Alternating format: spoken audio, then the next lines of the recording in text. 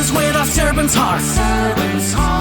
Welcome to the podcast. Inspiration, motivation takes. Listen to the podcast. We're all about to talk about life. Our guests will share their life story. We want you to success in life and business. We're ready and we will start shortly. We're gonna talk about life. We're going to speak on business. You're gonna shine bright. We are going to witness. Business with a servant's heart. With hosts Steve, Ramona, and Ray. Inspiration, education talks. Listen to the podcast. Steve, Ramona.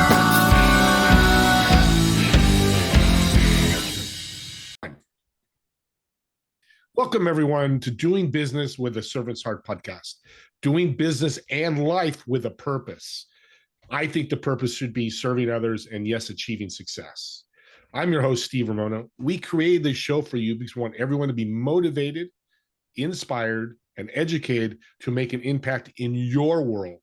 Yes, I said your world. Let's start there. Take care of ourselves. I want you to think about, as you listen to this incredible guest, how will you serve today? And what impact will you create today? Let's start today, not tomorrow, not yesterday, but today, and let's make a change. And with that being said, I want to thank my sponsor, pitchdb.com. Be a guest in over 3 million podcasts, speak at over 11,000 conferences, and much more, and build your thought leader platform with incredible opportunity to show who you are. And that sponsor leads to my guest who can make you incredible. We talk about branding, PR, and all that, but the pitch is all about you. How are you pitching yourself to make your brand look great so people will gravitate towards you? Precious, welcome to the show. Thanks for having me. I'm so excited. Let's start. You grew up in St. Louis. We were talking about in the green room before the show.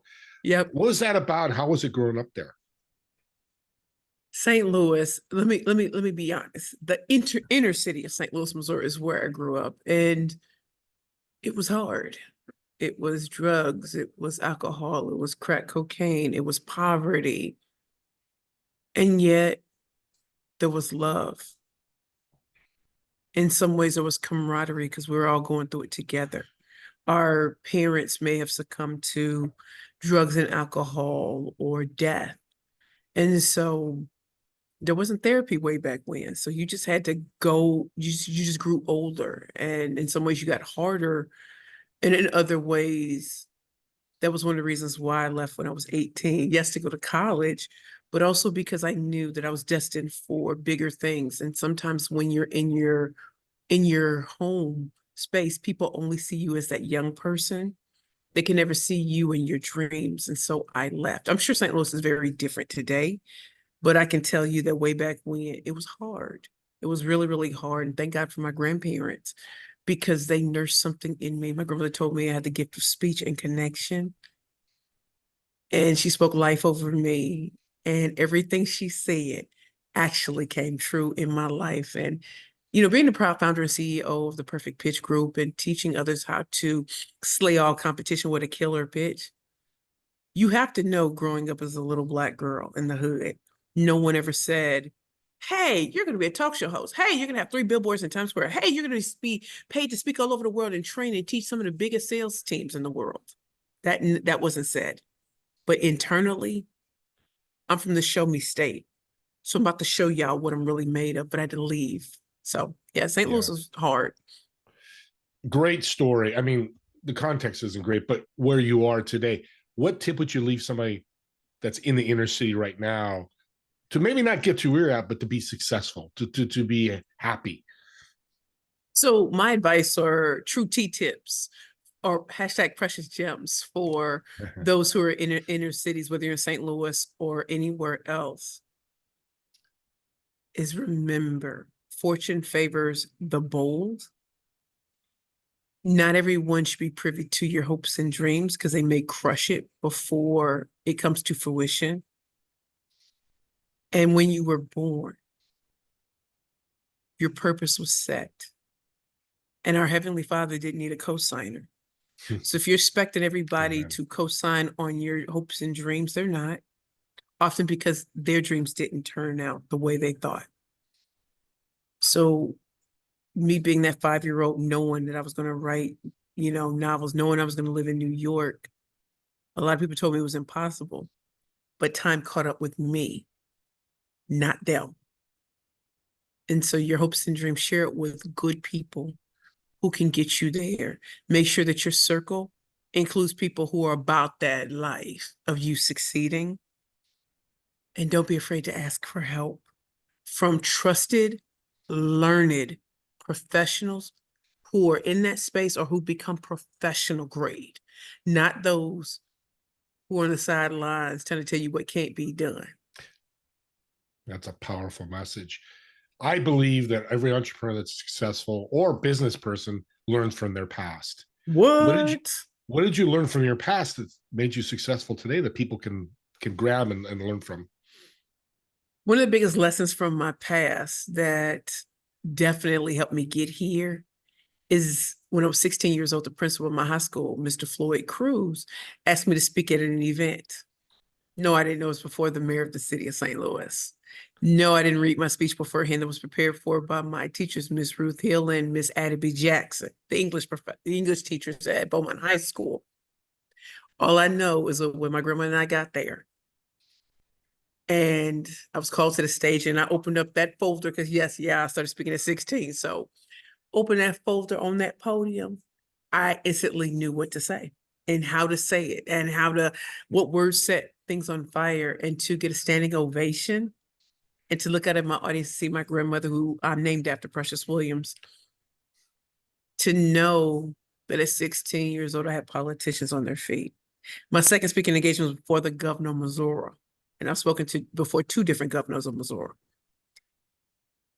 So just because I was an unwanted child, just because my mother tried to murder me and beat the life out of me, just because my father has and always has been a drug addict as long as I've been alive, that did not determine the power within me.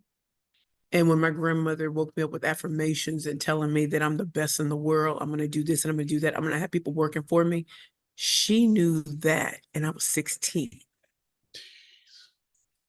Like, she spoke life, and then I was never allowed to go to other people's homes, like without her permission, or she got to meet people.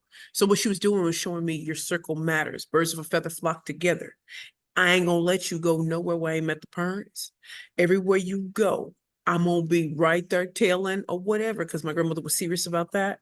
So that tells you protection has to be around you, and having the right people. And your network is your net worth. We say that as we get older, but your network, if strategically culled and weeded and pruned, will put you in spaces that Joe Osteen said you've never even dreamed of. So Yeah. speaking is what I've been doing, speaking since I was 16. I'm 45. That's 29 years. Experience. You know what's impressive by you? You have great accolades, the billboards, the MCing, and all this stuff. Mhm. But you went through that story, and audience, I hope you picked it up. She remembered her teachers' names and the people that supported her right off. She didn't have to think about, okay, my teacher, it was because you remember your past. I do. And I do, and I'm not embarrassed by it. I Oh, think that's another one of the greatest lessons yeah. is, between 2016 and 2017, and 2017, and I know we're going to get to this. I was homeless. I lost the love of my life after Shark Tank, appearing on Shark Tank season 8 in 2016. My business partner and I had it out, and I really didn't want to live anymore and wanted to take my life. Obviously, that didn't work because I'm 45. But one of the biggest lessons is people will hold your past against you until you say, I accept it all. I accept that I wasn't always the person I am today. I accept the fact that I made mistakes. I accept the fact that, people want to talk about, you have to come from good stock, you have to come from this family, you have to come from wealth and all of this. If you didn't, your story's not over. In fact, it's spicier because most people don't. So when people want to bring up my past, I'm happy to talk about it. I'm happy to do that. Yeah. Just make sure you talk about the powerful, precious that's in front of you before we go back. So the narrative, the way you want to spin it, is not how I'm going to answer you, which is why it's important for me to talk about certain accolades, to also make sure that I don't become the ghetto girl made good story. I am the killer pitch master. Yeah. And I created that. That's so awesome. That's lessons, audience, right there. You should take and run with it. I don't care what color, who you are, where you're from. That All works for right. everybody. You did it. If somebody says I can't do it, what's your response? I believe that you can do it, but you're not going to be able to do it alone. Which is why when you said that question about why do I remember people's names, because they were so instrumental in me getting here. And so when we hear the self-made stories or whatever, I want people to understand that someone had to see something in me. Mr. Floyd Cruz, Miss Addie B. Jackson, Miss Ruth Hill, Beaumont High School, St. Louis Post-Dispatch, Spelman College, Georgetown University Law Center, like, and in all of that, there were people who were pushing me forward because they saw something in me that I did not see. You see, in my mind, I was the unwanted child, the throwaway, the forgotten. What they saw was a light, and they were going to push it forward and wrap me in love. And it may have been tough love, but that was to make me understand that business is not easy. Relationships are not easy. And some people are going to try to take you down. Don't be ashamed of your past, but watch who's around you. If you're the smartest one, you're in the wrong room. And what do you want people to be left with? I want people to look me up all the time. Look me up because I got real receipts, and it's not social media receipts. It's just me sitting on a yacht. That's not mine. I want you to see the spaces that I speak in, where my clients are speaking in, the checks that they win at competitions, the global companies. I want you to see me actually there, not telling you I'm going to speak there. I want you to see that, because that little girl who was unwanted became very powerful because my purpose was set at birth. It was for me to uncover and for the angels, kings, and queens to be around to make sure I push forward. So even if you fail, welcome. Amen. Now you're tested and you're starting from experience. Yeah. Yeah. You can do it. You just won't do it alone. So look Yeah. for those who can help and amplify. I want to jump into elevator pitches in a minute, but the last thing I want to ask you that I'm hearing that I personally know, taking action. How What? important is that? I wouldn't be who I am if I didn't take action with my back against the wall and pitch for my life. And that first pitch got me on national television. That second pitch, $500,000 and 54 seconds. I love it.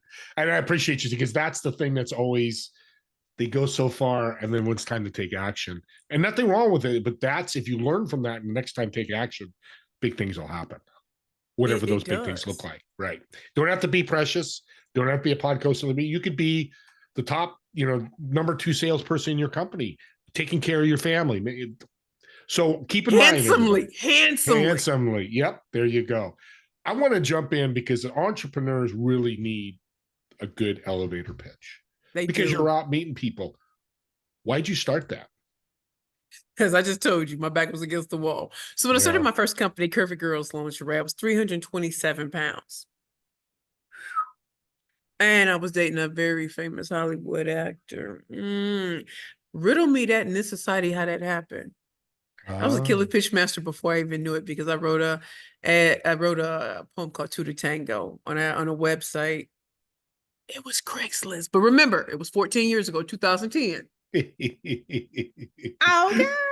No, but the great thing is I left my ex-fiance, put this ad on the site, not knowing I was going to meet him and he was going to love what he saw. And yet knowing there's no lingerie in my size. So me ending a relationship, not realizing how much larger I was, not being able to find lingerie is something that stuck in my craw. And I'm an attorney in New York, right? So I've beaten a lot of odds. But when I said I wanted to start Curvy Girls Lingerie, it's funny how people scattered like there's no way you can do it. So I sunk my all into it, wrote the business plan with the research librarians at 34th and Madison, Civil Science, interested in business. Family and friends did not want to invest because they thought it was never going to work because I don't have that talent. But like I was a little girl telling you, at 5, I knew what I would do. So I had to trust and be my biggest cheerleader. Went to an event I couldn't afford. Walked up to the media sponsors because I got negative $400 in my bank account. I know y'all heard me. Negative 400, which means I need $400 to get to zero.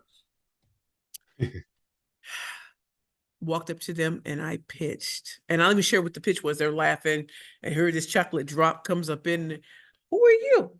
Well, I'm glad you asked. My name is Precious Williams, and I'm the proud founder and CEO of the Curvy Girls Lingerie. We're the ultimate shopping experience for full-figure divas and plus-size fashionistas. Just call me the female MacGyver of business because I what always deliver. They looked at me like, and they started laughing. And I was trying to pick my face up off the floor because that's all I had. I didn't know how to, I didn't even know what I was doing. And Yeah. they said, that was amazing. Have you heard of our show Elevator Pitch? What? So I said, yes, because I'm in Rome, do what Romans do. And they think, we think you'd be great for it. You're the first person to pitch to us. I didn't even know it's called pitching. Okay. And February 9, 2012, they picked up the Cadillac Escalade, hair, makeup, mohawk. I came through 54 seconds later in front of the investors. I walked away with $500,000, and that was considered one of the top 5 pitches in the history of your business with J.J. Ramberg. From there, they told me enter pitch competitions. I entered 14. Harvard, Yale, Stanford, Columbia, cool tech companies, international companies. All these tech companies were supposed to wipe the floor with me, and they did not. Do you want to know why? Yes. Steve?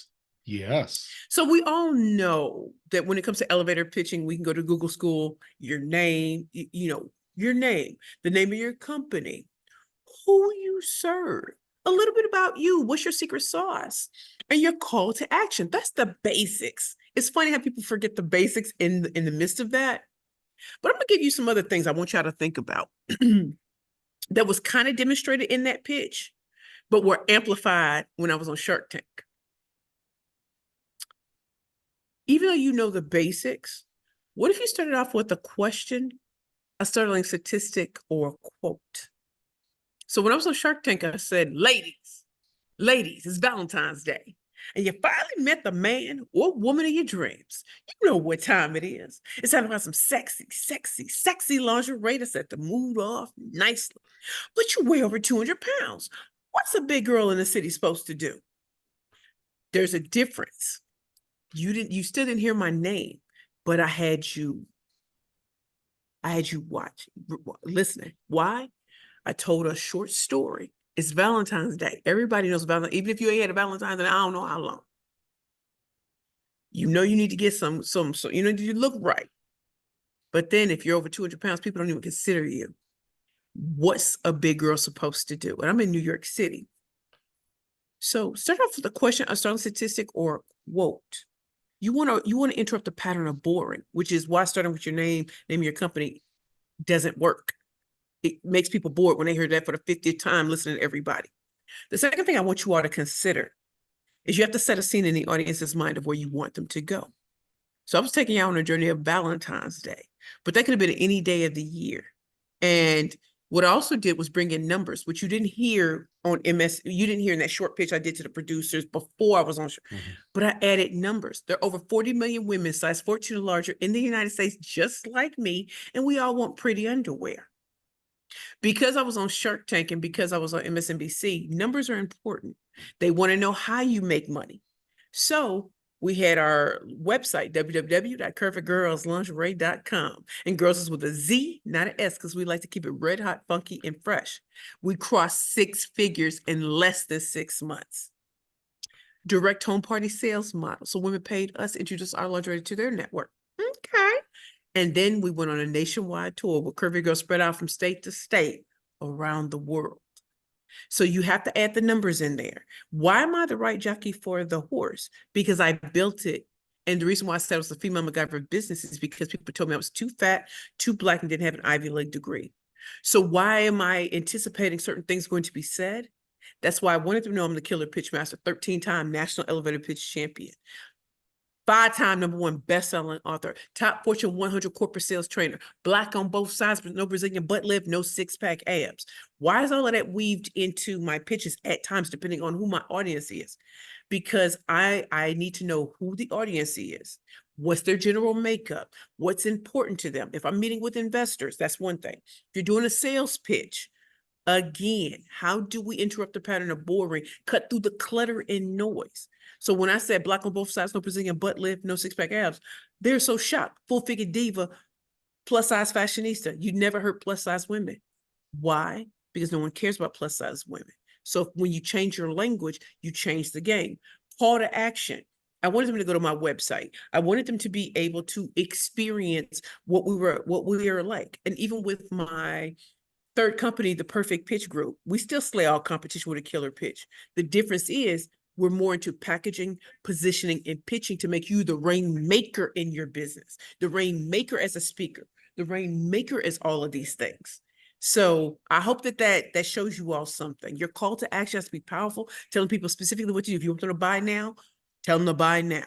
If you want them to bring it to their network, go to your website, check out these amazing things that you have, be very specific, and then take a step back, pause for the cause, and let them tell you something. That was worth $1 million right there. And this is $1 million a free worth of game.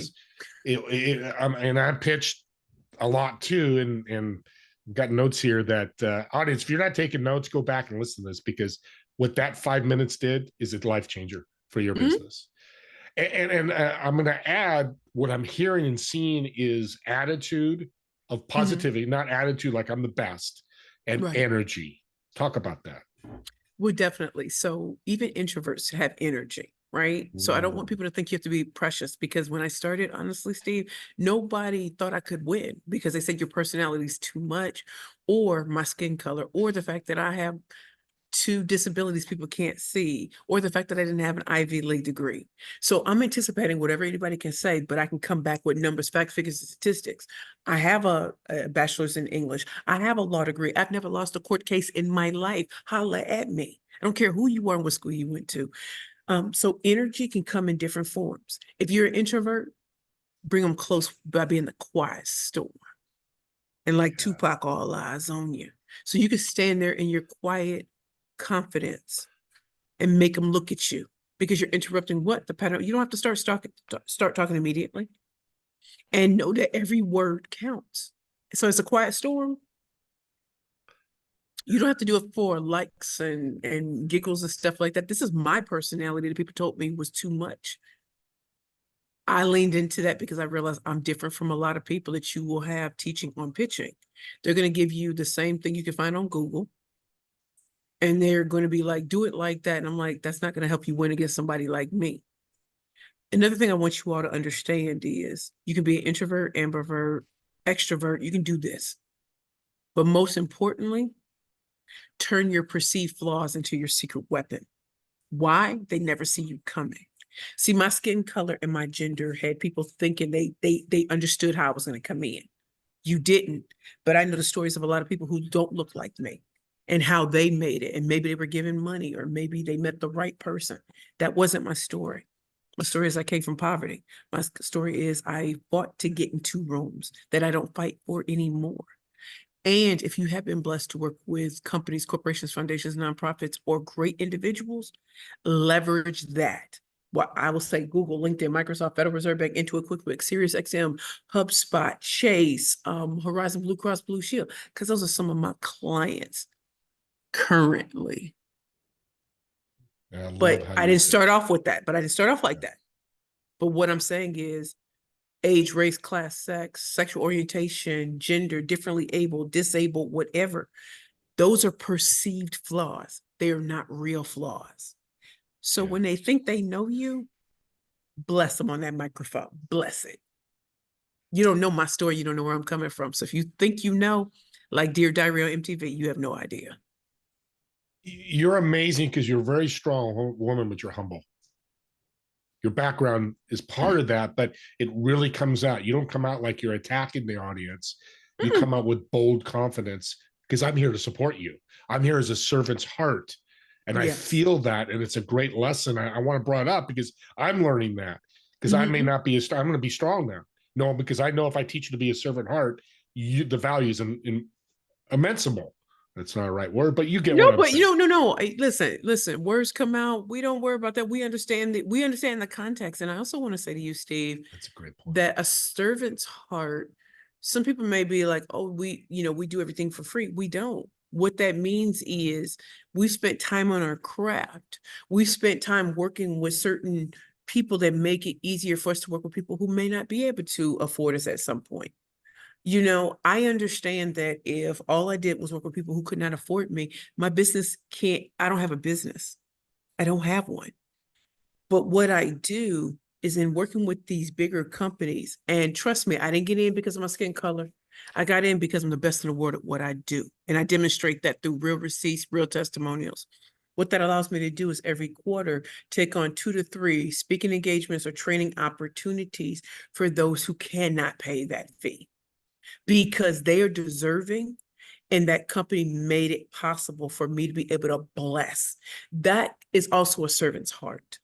So for those who think, oh, everything should be for free, then you don't run a business. Apple doesn't expect you to, oh, I ain't got it. Then why are you here? Yeah. However, with a servant's heart, I realized that that's why I had to aim extremely high to be able to bless. And even how Steve and I met just from a mutual friend, she knows that I have a servant's heart and that I don't ever dial it in. You never know when you are that catalyst that lights the fire someone just about ready to give up. Because I tried to take my life on my 38th birthday. I'm here at 45, like, oh, hashtag this is 45. I could listen to you all day. We're coming to the end here. Yes. And you nailed a servant's heart. I've had 365 guests, probably 5 have nailed it like you, because I'm thinking you're a lawyer. Pro bono is a way for a lawyer, a servant's heart. Hey, I can't afford you, and I'm not going to go through the system, but it's amazing, audience. What she said is you need abundance to help and support and have a servant's heart. That's the power of abundance. Not that, hey, I'm on Shark Tank or I'm driving a cyber truck and like you said earlier, yachts. That's just periphery stuff. That doesn't change. I'm on somebody lives. else's stuff. I don't it's cute. It's cute, but that's not who I am. I'm going to end it right there because that's what I want, somebody else's stuff. I love it. How can people get a hold of you? You all can get a hold of me in a variety of ways. First, again, let me say my name. I'm Precious L. Williams, the proud founder and CEO of the Perfect Pitch Group. Our website is www.perfectpitchgroup.com. And if you want to check out free gifts, the first chapter of my book, Rainmaking 101 from Day One, my 5th #1 best-selling book, go to www.perfectpitchgroup.com/free-gifts. Another way you can get in contact with me is on LinkedIn, and I am Precious L. Williams on LinkedIn, and you'll see Killer Pitch Master, so you'll know it's me. On Instagram, we are at Perfect Pitch Group. On YouTube, you can find us under Perfect Pitches by Precious. And let's see, LinkedIn. Oh, and Facebook, you can find me under Precious Killer Pitchmaster Williams. Please do check out our newsletter. It comes out once a month. And if you're signed up for our newsletter, which you can get on our site, you can definitely see where we're going and where I'm speaking at, all those sort of things, my events, my live events, which are coming up this year, and also the speaking engagements I have around the world. And maybe if I'm in your city, come check me out. Finally, it's just a pleasure. If you all want to check out any of my 5 books, please go to www.perfectpitchgroup.com/books. And all of that is contained on our website. Again, my name is Precious Williams, proud founder and CEO of the Perfect Pitch Group, and we're launching our Perfect Pitch Academy, our Rainmaking Speaking and Branding Accelerator, and finally, Pitch Bold, Profit Gold. Thank you. That's a professional pitcher right there. That is the way to do it. I am blown away. Audience, I say this all the time about podcasts. I know people like, they're 25 minutes. We're running close to 28, 29, whatever minutes. There's a portion I'm going to do is take it and clip it or listen to it. We have a forward and reverse button to go right there. Me and Precious would love for you to watch and listen to this whole show. Yes. But if 8 minutes of it changes your life and makes a difference, I'm good. I know we Precious is good. good. We all good, aren't we? We good. So do that. Don't let it's a 28-minute podcast stop you from listening. If you got to listen 5 minutes, just, as she said, educate yourself. Go ahead. Right. You could be washing dishes. You could be taking a bath. Like, listen, just chill out. I'm telling you, there are things you can do for 25 minutes and just have me in the background and have us in the background. And Steve and I are going to light it up. I'm telling you. You'll be like, what? Amen. We will. We'll absolutely light it up. And I have my TV show, Together We Serve. And by the way, on a side note, Precious will be on there. She doesn't know yet, but we're going to invite her to our TV show. It's Fridays at 2 p.m. Pacific, 5 p.m. Eastern on Apple TV, Roku, Samsung, LG. So you can check that out as well. And don't forget, wearing doing business with a servant's heart on your chest, on your head. I want to get this message out, and you can see Precious is getting this message out of a servant's heart. Why not wear it and have people talk about it at church, in the restaurant, in a coffee shop? There's a link there. Yeah, again, there's value to that. Buy that shirt, but there's more to it than just the shirt or the hat. So check it out there. And as always, me and Precious, thank you so much for listening and watching this podcast, Doing Business with a Servant's Heart. We'll see you on the next episode. Have a great day.